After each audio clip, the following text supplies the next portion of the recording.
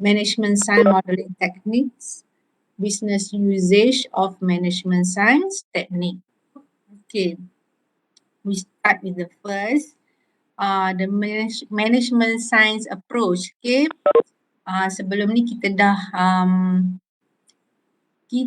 dah tengok lah, saya dah bagi dalam kelas sebelum ni kan, syllabus semua.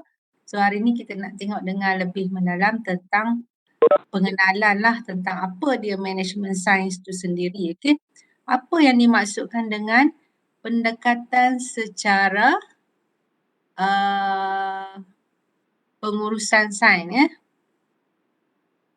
Bukan ni ya, maksudnya pendekatan kita menggunakan kaedah sains.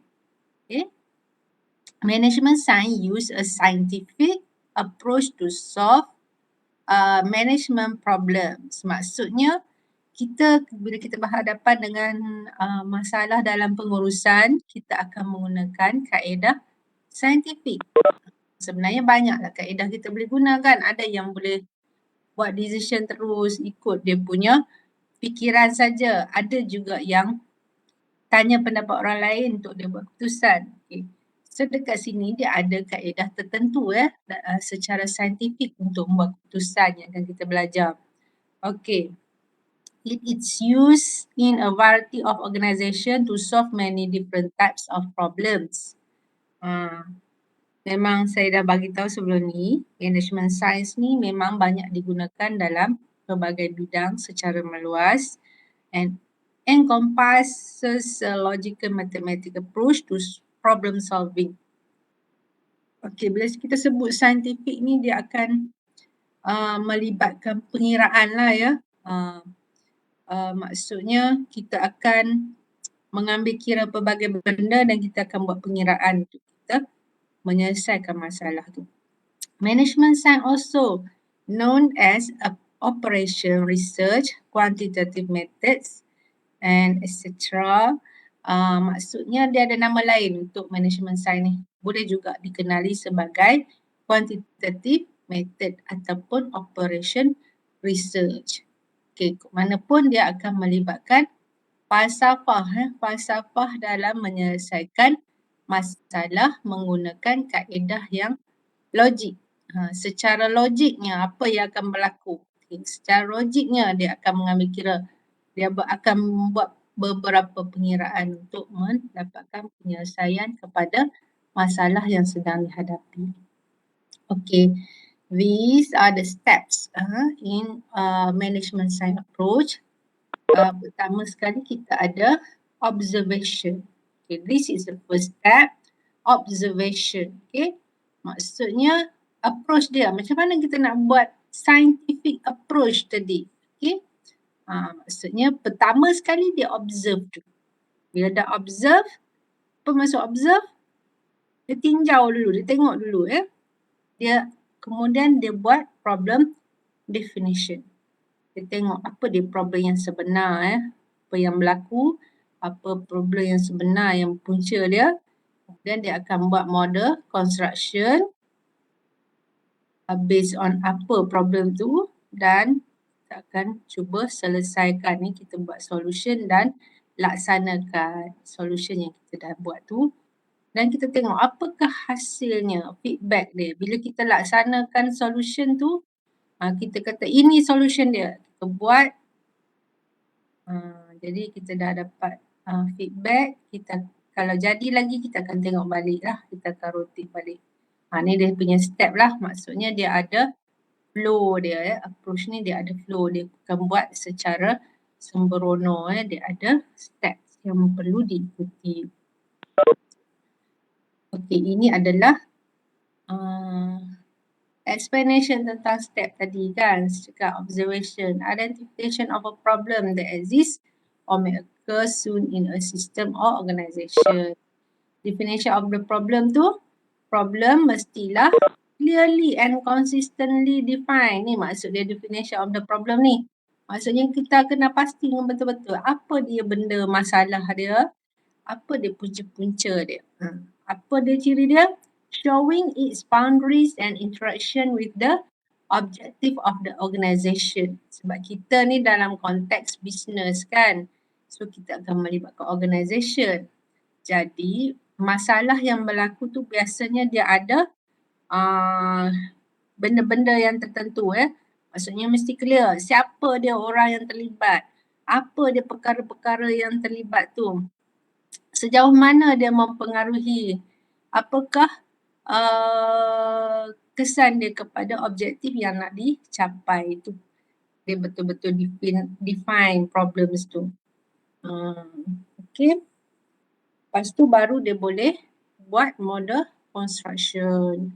Model construction ni maksud dia development of the functional mathematical relationships that describe the decision variables, objective function and constraint of the problem. So kalau kamu tengok dekat sini, ada 3 benda dekat sini kita akan cuba buat model dalam bentuk ayat matematik. Mathematical equation lah. Maksudnya hubungan secara matematik berkenaan dengan perkara-perkara yang terlibat tu supaya kita dapat buat pengiraan. Okay. So, kita mesti describe the decision variables. Apa dia decision variables ni? Nanti kita akan tengok. Objective function. Apa dia maksud objective function? And constraint of the problem. Apa dia kekangan kepada masalah tersebut. So ada 3 elemen ni yang kita kena tahu. Okay. Jangan bimbang, kita akan tengok dalam next slide nanti.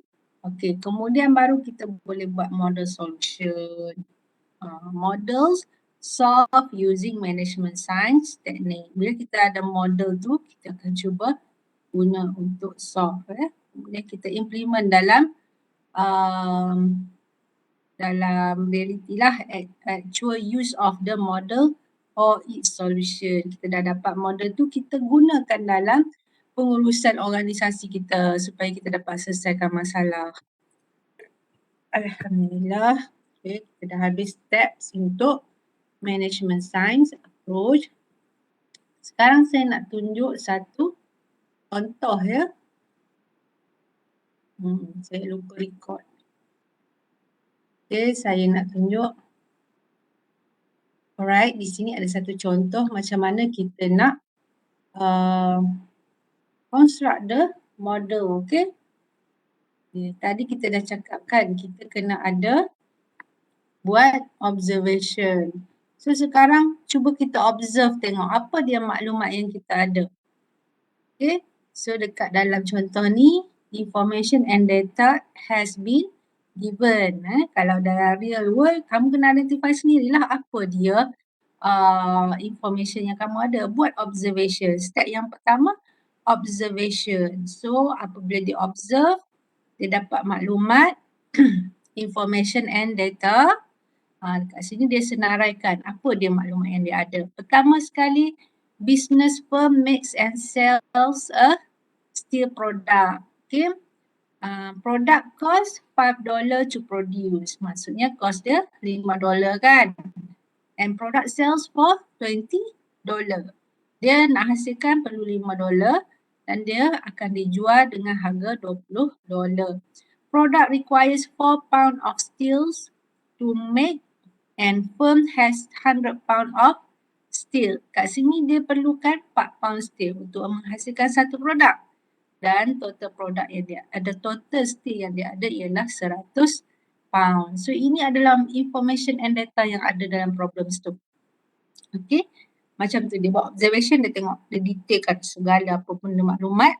Kemudian apa dia masalah yang sebenarnya. Okay, kita tengok business problem dia.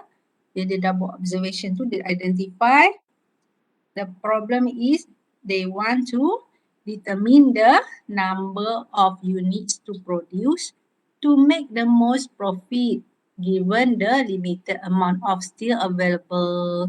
Maksudnya dia nak tahu berapa banyak unit yang perlu dihasilkan supaya syarikat tu mendapat profit yang paling tinggi dengan 100 pound steel yang ada tadi. So itu dia punya objektif dia. Dia apa yang dia nak capai tu, dia nak profit lah ya. Alright, so kita dah buat observation. Step yang kedua, kita dah define the problems. Sekarang kita nak buat model. Okay, macam mana nak buat model? Tadi kita dah ada benda-benda. So, untuk kita buat model, kita kena tahu decision variables ya. Tadi kalau kita tengok dalam macam mana yang ni, ni definition of the problems ni. Tadi kita dah buat observation, kita dapat maklumat tu. Definition of the problem, kita kena tahu dengan jelas ya apa dia boundaries, apa dia benda-bendanya kita dah detailkan. Kemudian kita nak model construction sekarang. So untuk kita buat equation dalam bentuk mathematical relationship ya. Jadi kita nak describe decision variable, objective function dan constraint tadi. Jadi dekat sini kita cuba identify decision variables dia dekat sini ialah dia nak tahu berapa banyak unit yang perlu dihasilkan ya, yang perlu dikeluarkan. Jadi dia namakan decision variable tu dengan X ya. X. So X is the units to produce, which is the decision variables. Kemudian satu lagi variable yang ada kalau dia tengok dekat sini, dia nak most profit ya. Maksudnya dia nak profit yang paling tinggi. Jadi nak tahu profit kita buat Z untuk mewakili total profit in dollar. Jadi dia pun buat model. Macam mana nak tahu profit? Kita tahu cara nak kira profit ialah revenue tolak cost kan. Harga jual tu tolak dengan cost kita hasilkan, kita akan dapatlah untung dia berapa banyak. Jadi kita tulis dalam bentuk persamaan matematik, iaitu keuntungan sama dengan harga jualan darab dengan kuantiti yang kita hasilkan tolak dengan jumlah kos. Jumlah kos, kos setiap unit darab dengan kuantiti yang kita hasilkan tu. Jadi kita dapatlah nilai Z. So kita tuliskan profit tu dalam bentuk equation hubungan matematik. Hubungan matematik tu yang model tu yang dimaksudkan inilah. So this is the model for objective function. Okay. Is that clear? Boleh ke semua? Are you following? Yes. Okay, good. Boleh. Boleh ya? Okay, good. So kita dah develop the equation, okay, the model for objective function. Sekarang kita nak proceed kepada dia punya constraint. Tadi dia cakap kan, kita kena tahu boundaries dia. Sejauh mana kita boleh hasilkan. Jadi sejauh mana kita boleh hasilkan tu bergantung kepada resources yang kita ada. So dekat sini resource dia ialah 100 pound of steel. Jadi macam mana nak tulis equation dia? Kita tahu satu unit perlu menggunakan 4 pound. Jadi kita buat equation dia 4x equal to 100 pound. Maksudnya untuk kita hasilkan X unit ni, kita perlu menggunakan 4 pound. Jadi hasil darab 2 ni, kita mesti tak boleh lebih daripada 100 pound of steel. Ya. Sebabnya nak hasilkan X tu, berapa banyak bilangan kita kena guna 100 pound of steel. Kalau kita dah guna 100 pounds tadi, habis kita dah tak boleh produce. So that is the boundaries. Okay. Sekarang saya nak introduce satu lagi, parameters. Ini dinamakan parameters iaitu coefficient ataupun number yang diberi daripada maklumat tadi, ada number-number yang diberi ataupun yang ditentukan oleh kita. Kita nak jual banyak ni, kita perlu guna banyak ni, kita ada banyak ni. So nilai tu number tu ialah coefficient the known values. Nilai yang kita tahu, yang kita dah letakkan kat situ. Jadi bila kita ada parameter ni baru kita boleh buat equation. Kalau kita tak tahu nak letak cost berapa, macam mana kita nak buat equation ni? Dan kita tak tentukan berapa banyak harga kita nak jual, kita tak boleh lah nak buat persamaan ni. So jadi nanti kalau kamu nak buat bisnes, kamu buat satu produk, kamu kena letak harga dia berapa, kamu kena kira siap-siap kos dia berapa, baru kamu boleh buat model tadi dalam bentuk persamaan matematik ataupun hubungan matematik tadi. Okey? So kita dah tahu benda-benda ni, komponen-komponennya. Cara yang formal untuk kita tulis model ialah macam ni ya, sebab dekat sini dia punya problems adalah dia nak tahu the most profit. Jadi the most profit maksudnya dia nak maksimum ya. So jadi kita tulis dekat sini maximize Z. Okay. Maximize Z equal to 20x minus 5x. Maksudnya total profit tadilah ya sama dengan total revenue tolak total cost. Okay. Subject tu maksudnya boundaries dia lah ni. Subject tu ni maksudnya dia bergantung kepada terhad kepada 4x equal to 100. Maksudnya units tadi X yang boleh dihasilkan tu bergantung kepada resources yang kita ada. Okey. Ini contoh model construction ya. Macam itulah cara kamu nak buat equation. Okey, ini satu lagi yang kita nak tengok hari ni yang digunakan secara meluas dalam business, iaitu break-even analysis. Okay, break-even analysis kamu boleh tengok buku teks kamu tu muka surat selepas step tadi lah ya. Break-even point muka surat 28. Muka surat 28 kalau buku teks yang kuning tu ya. Dia ada cerita semua. So slide-slide ni ada di dalam buku teks juga ya. Okey. Apa dia break-even analysis? Mungkin ramai yang dah belajar sebelum ni ya. Dalam ekonomi ke apa ke bisnes mesti ada kan benda ni. Okay, tak apa. Hari ni kita nak tunjuk dia sebagai satu contoh yang mudah lah dalam management science. Ini salah satu contoh tools yang orang guna secara meluas di luar sana Itu tools dalam management science ni, break-even analysis. Okay, used to determine the number of needs of a product to sales or produce that will equate total revenue with total cost. Maksudnya model ni kita guna untuk menentukan number of unit X tadilah kuantiti yang perlu kita hasilkan supaya total revenue total jualan kita yang kita dapat daripada kita jual tu sama dengan total cost Okey, bila dah jadi macam tu maksudnya apa? The value at which total revenue equals total cost, the total cost is called the break-even point. Maksudnya kalau total revenue sama dengan total cost, kita tolak dua tu kita dapat kosong. Jadi profit dia sama dengan kosong lah. Tak ada profit Itu maksud break-even point tu. Break-even point ni lah maksudnya kita dapat balik modal kita. Jadi bila kita buat bisnes tu jangan kita fikir kita akan dapat untung terus ya. Sebabnya kita perlu keluarkan kos dulu. Kita buat kos nak sediakan tempat nak bisnes sekarang ni tak ada kalau tak guna tempat macam online saja. Tapi dia adalah kos-kos yang lain kan. Jadi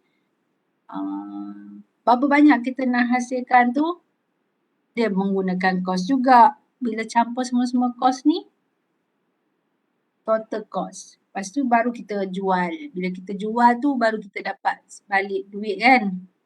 Dapat balik duit tu tak semestinya kita dapat balik apa yang kita dah laburkan.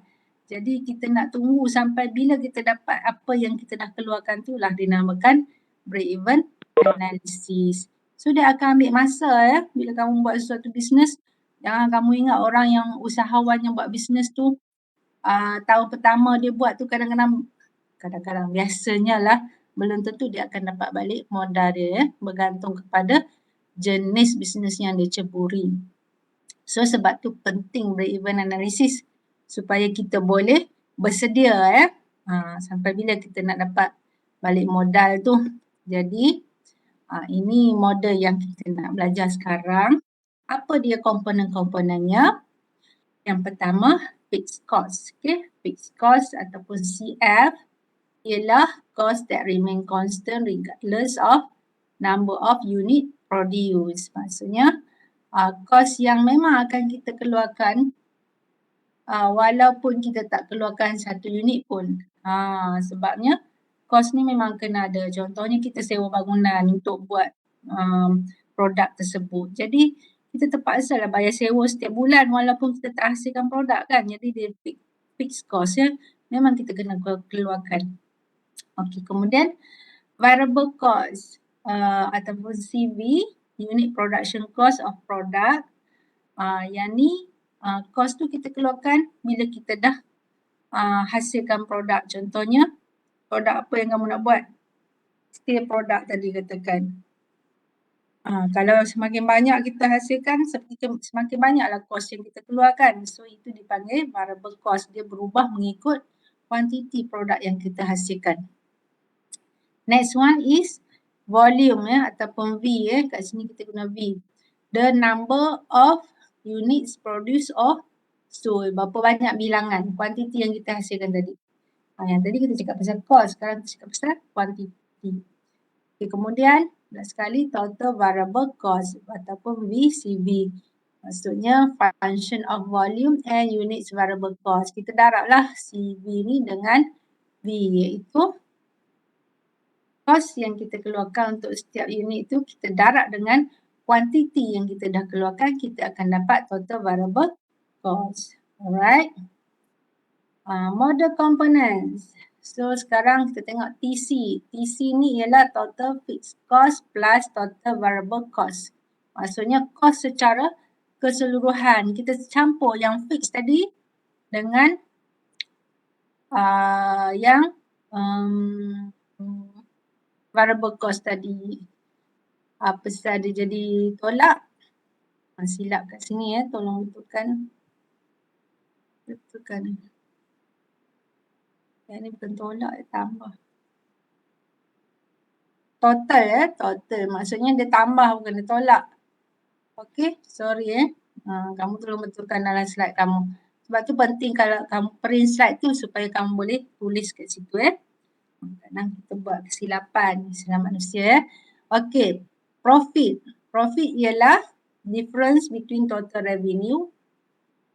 Total revenue ataupun kita panggil dia VP P kat sini ialah price lah. Price. Okay. And total cost.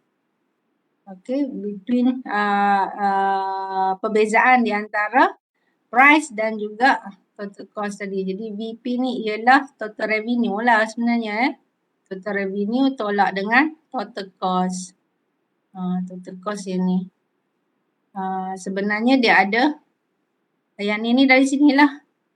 VP ni tolak CF tolak VC ni sebab sebenarnya mula dia ada kurungan Alamak, saya nak tunjuk kamu ni. Ni buat ringkasan sangat ni. Bila dah buka kurungan dia jadi tolak-tolak lah So total price tolak dengan fixed cost dan tolak dengan total variable cost, kita akan dapat profit. Sama je macam tadi, cuma sekarang dia tukar, dia guna huruf lain sebab nak cerita tentang break-even analysis ni. Okay, computing the break-even point. Macam mana boleh dapat break-even point tu? Okay, untuk break-even point, macam mana nak cari dia ni, macam kalau dalam fizik kita namakan dia macam mana nak terbitkan formula untuk break-even. Macam ni lah caranya, dia guna total revenue equal to total cost and profit is 0. Dia guna balik persamaan ni. Okey, sebab apa? Pada break-even point, Z sama dengan kosong. Profit sama dengan kosong. Jadi dia ganti dengan nilai dekat Z ni digantikan dengan kosong. Okey, rules dia, equation ni bila kita nak buat persamaan ni, kita biasakan the variables on the left hand side and the numbers in the right hand side. Jadi kita tu ubahlah kosong ni adalah number, jadi kita bawa dia ke sebelah kanan dan variables tadi kita letak sebelah kiri supaya kita senang nak buat dia punya penyelesaian ya. Okey, macam mana nak buat sekarang? Daripada persamaan ni, kita keluarkan yang mana yang ada variables yang sama. Kat sini VP dengan VC. Lepas ada V ya. Dia ada persamaan di situ. Dia darab dengan V. V ialah apa tadi? Volume kan? Volume maksudnya kuantiti. Kuantiti darab dengan price dengan kuantiti darab dengan variable cost. Jadi dua ni kita sekalikan, kita letak. Kita boleh tolak boleh buat operasi. Jadi VP tolak dengan VC. So kita dekatkan dia, kita keluarkan V ni letak sini sama dengan V di luar dalam kurungan P tolak CV. So CF ni dah tinggal seorang, kita boleh bawa ke sebelah. So dia negatif CF, bila main ke sini dia jadi positif. Okay. Bila dah mudahkan macam ni, kemudian kita boleh tinggalkan V dekat sini, volume tadi sini. Kita bawa yang dalam kurungan ni ke sebelah sini. So dia jadilah equation yang seperti ini, iaitu V sama dengan CF bahagi P tolak CV. Apa tu? Volume sama dengan fixed cost bahagi price tolak dengan apa ni? Variable cost. Jadi kita akan dapat kuantiti yang perlu kita hasilkan supaya kita dapat break even ya, iaitu total cost sama dengan total revenue. Iaitu kita dapat balik modal kita. Itu cara dia kita nak terbitkan break even break even formula Okey, sekarang kita ada satu contoh. Sebelum sampai ke contoh ni, adakah kamu faham apa yang saya terangkan tadi? Ada soalan tak sampai setakat tu? Anybody? Semua faham ya? Bagus. Macam itulah cara kita nak guna equation Kalau tak faham boleh tanya ya. Jangan biarkan lama-lama tak faham. Okey, sekarang kita nak test sama ada faham ke tak. Jadi kita tengok satu contoh. Okey. Contoh dekat sini. Aminah Clothing Company. So Aminah ni dia buat apa? Dia buat baju Okey, dekat sini kita nak tengok contoh penggunaan model break even lah. Apa dia problems dia kat sini, parameter yang dia bagi, cuba observe tengok. Dia bagi dekat sini fixed cost $10,000. Variable cost CV 8 per pair. Okay, maksudnya satu pasang baju tu cost dia ialah $8.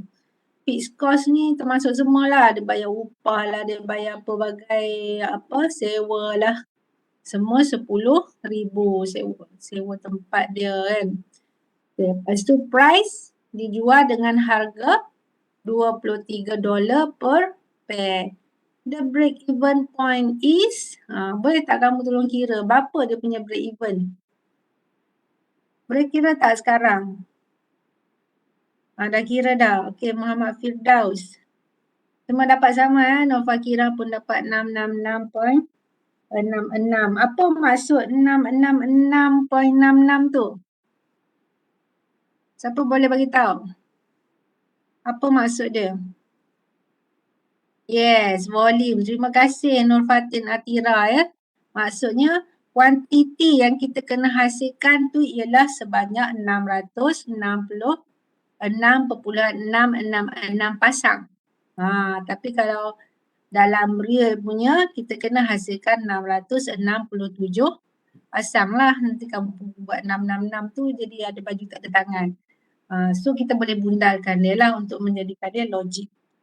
Cuma ini adalah pengiraan pengiraan memang kita boleh dapat point sebab kita nak buat anggaran kan, nak buat decision. So kita dapat hasil dia, number dia sebanyak 667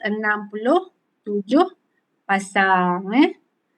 So dia pun bolehlah hasilkan 667 pasang baju supaya dia dapat balik modal dia tadi. Okay. Jadi dia boleh gambarkan ya break even tadi menggunakan graf ni ya. Macam mana nak baca graf ni? Okay, graf ni dihasilkan dengan paksi X dan paksi Y dia ya. Paksi X dia ialah volume. Kuantiti tadi berapa banyak kita kena hasilkan tadi. Dan paksi Y dia ialah revenue ataupun cost.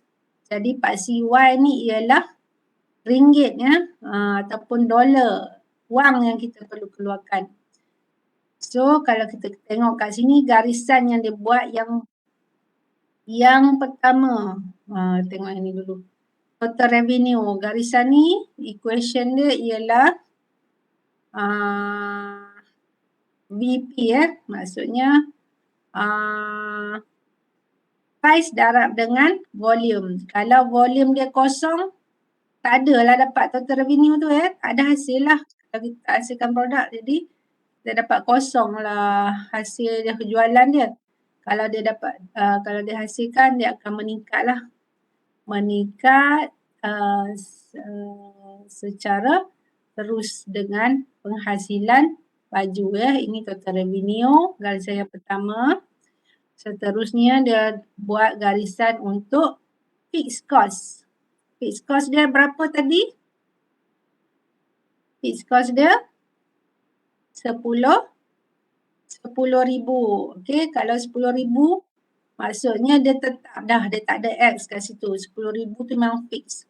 Tak kira lah dia hasilkan 400 pasang ke, 600 pasang ke, 1,600 pasang ke, dia dah fix. Memang dia kena keluarkan kos sebanyak 10,000 tadi secara konsisten ya. Okay. So ini garisan dia lurus sama saja ya, mendatar. Dia tak ada kenaikan apa-apa sebab dia dah fix. Okay. Line yang ketiga. Yang ni ialah total cost. Total cost ni ialah fixed cost campur dengan variable cost. Dia akan dapat total cost. Okay, variable cost ni dia ada meningkat bergantung kepada volume yang kita hasilkan. Sebab tu dia ada kecerunan sikit ya. Dia dah hasilkan 200, dia pun dah naik. Kalau kosong dia pun tetap dekat fixed cost tadilah yang kita kena keluarkan tu. Bila dah ada mula produce, dia pun mula naik lah. Sebab dia campur ya, total cost tadi. Fixed cost campur dengan total variable cost. So ini ialah garisan untuk total cost. Ya. Fixed cost campur dengan total variable cost. Okay. Alright. Seterusnya habis. Ada 3 garisan saja. So menggunakan 3 garisan ni, dia akan nampak persilangan ya bila ni total revenue. Dia jual dengan harga RM23. RM23 sepasang tu ni naik je. Okay, yang ni total cost dia punya ni ya. Dia naik juga tapi dia taklah cerun sangat sebab cost dia sebenarnya 8 kan, $8 sepasang. Jadi dia akan ada persilangan. Bila bersilang antara total revenue dan total cost, maksudnya di sinilah persamaan tu, iaitu total revenue sama dengan total cost. Bila tolak dua tu, kita dapat kosong. Kosong apa? Kosong profit. Jadi di bawah titik break even ni semua adalah loss ya, rugi. Kalau kita hasilkan 400 pasang, kita masih belum dapat profit ya, rugilah. Maksudnya kita perlu menghasilkan lebih daripada 667 pasang, barulah kita boleh dapat profit. Jadi kita boleh buat keputusan dalam syarikat kita. Kita dah ada target dah. kena hasilkan lebih daripada 667 pasang baru kita dapat profit. Kalau tidak kita cuma dapat modal je kalau kita hasilkan tepat-tepat 667, rugilah buat apa buat bisnes kalau tak ada keuntungan. Okay, jadi kalau dia hasilkan kurang daripada tu, dia akan rugi. So dia boleh buat keputusan lah berdasarkan ni. Dan dia boleh buat target. Oh kita nak achieve profit banyak ni. Jadi kita kena hasilkan produk kita banyak ni, kena jual. Baru dia boleh buat target kan. Jadi dia akan bergerak kan. Baru dia bersemangat. Kita dah nampak apa yang kita nak achieve. Kita dah ada KPI dia, target kita apa yang kita nak capai. Jadi inilah kegunaan break-even analisis ya untuk orang-orang dalam bisnes buat keputusan ya, ataupun sama ada dia nak letak harga tinggi ke rendah, dia boleh based on break-even analysis ni. Sama ada berbaloi ke dia nak letak harga $23 per pasang, ataupun dia nak up lagi harga tu, patut ke tak patut dia upkan, ataupun dia nak jual murah. Sebanyak mana murah yang dia nak letak tu kan. Jadi kalau dia letak murah sangat, kecerunan untuk garisan ni akan turun lah. Bila dia turun, banyaklah produk yang dia kena hasilkan supaya dia dapat balik kos dia tadi. Jadi dia boleh buat analisis menggunakan model ni. Okay, habis tentang break-even analysis. Semua boleh faham ke? Boleh ya? Break-even analysis? Boleh. Alright, bagus. Okay, jadi sekarang kita akan proceed ke topik yang terakhir untuk chapter 1.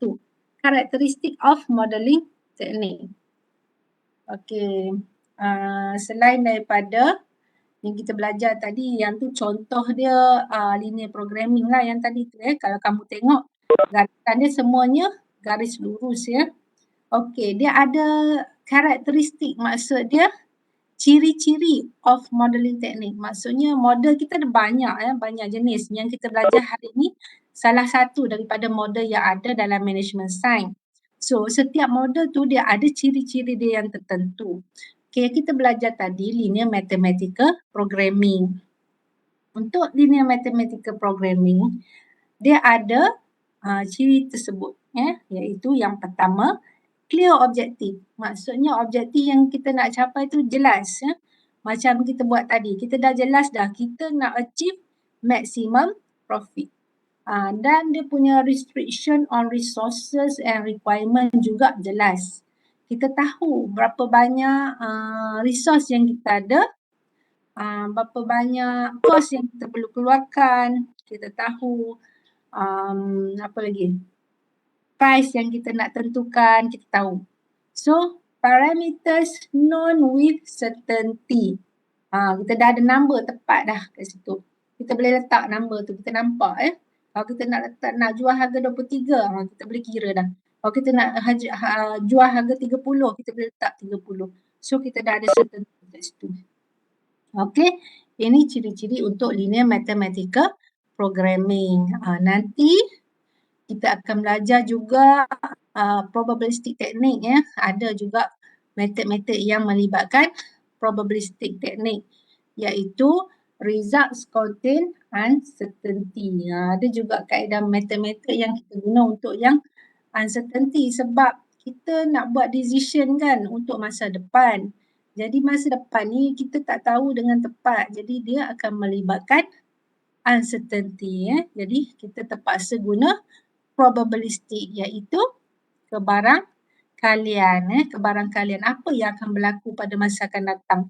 Jadi berdasarkan kebarangkalian itulah kita akan buat keputusan Kemudian kita ada network techniques. Okay, network techniques ni dia lebih kepada model model yang menggunakan diagram Dia boleh jadi deterministik, boleh jadi juga probabilistik. Boleh melibatkan benda yang certain, kita boleh letak angka siap-siap, ataupun yang uncertain Jadi kita boleh buat anggaran Jadi yang ni dia akan guna network techniques ni, contohnya macam CPM ke, kan kita nak tahu projek ni apa dia nak kena buat dulu, apa dia kena siap dulu.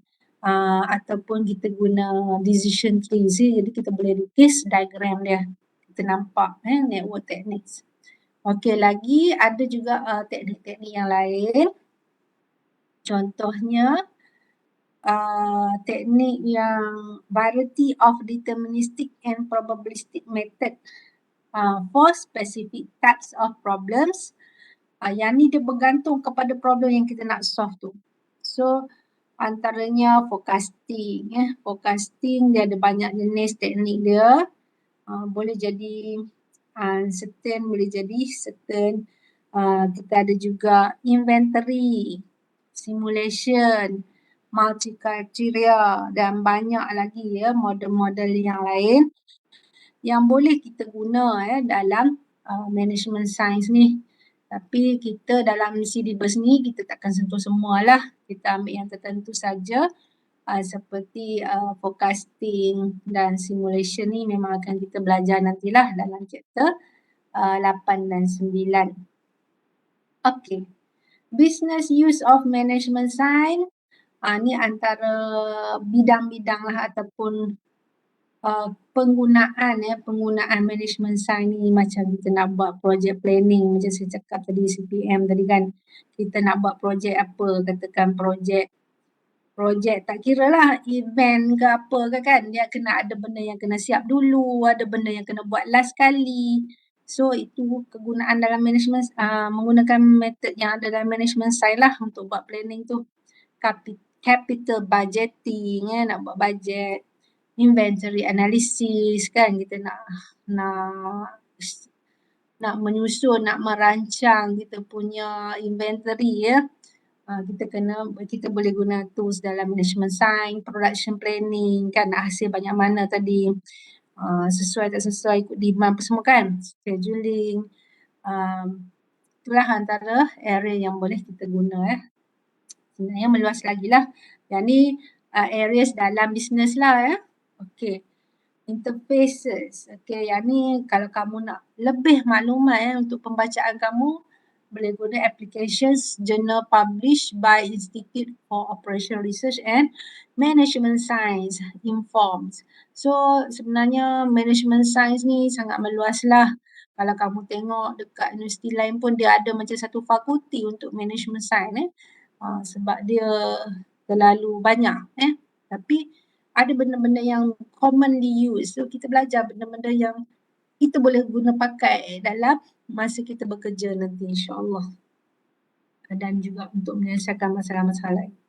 Okey, sekarang ni ada sedikit exercise Habis dah saya punya lecture. Ada sikit exercise. So saya rasa kamu cuba buat dulu. Kita akan tengok jawapan dia masa kelas yang akan datang lah. Saya tak nak panjang-panjangkan lecture ni. Kalau dalam kelas kita boleh buat on the spot kita boleh check.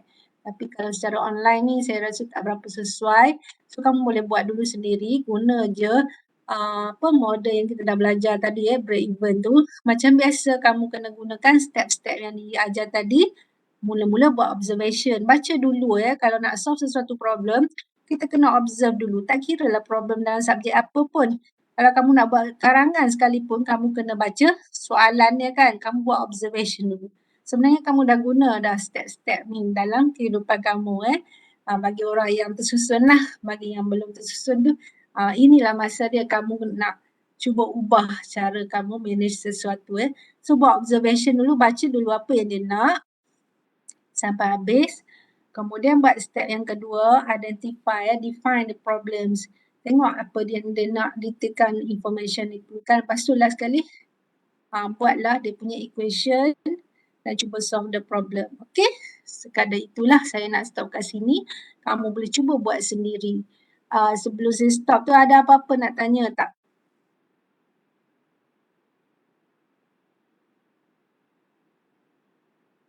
Hello? Any question? Ada soalan tak? Ada, Doktor. Alhamdulillah. So tak ada. Semua dah clear. So boleh buat latihan lah lepas ni. Macam tu je lah kelas saya akan cuba habiskan secepat yang mungkin lah ya. Saya akan sampaikan apa yang boleh disampaikan sebab kita secara online ni kita tak boleh lama-lama. Kalau dalam kelas, saya memang akan suruh kamu buat, saya akan tengok cara kamu buat kerja silap kat mana lah.